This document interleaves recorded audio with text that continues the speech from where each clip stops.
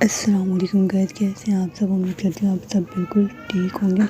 आज हम बनाने जा रहे हैं चिकन कढ़ाई। बहुत ही मज़े की अंजी में सबसे पहले आपने प्याज काट कर घी में डाल लेना है, उसे हल्के हल्के ब्राउन कर लेना है अच्छी तरह से। उसके बाद आपने उसी ब्राउन प्याज को पीस लेना है अच्छी तरह से।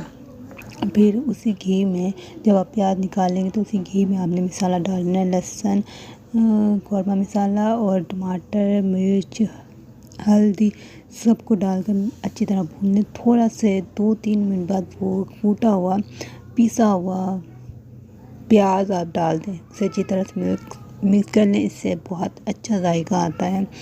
तो उसके बाद आप थोड़ी सी कनौर भी डाल सकते हैं। कनौर डालें ना डालें, मैं डालती हूँ, बहुत अच्छी लगती है। कनौर डाल लें।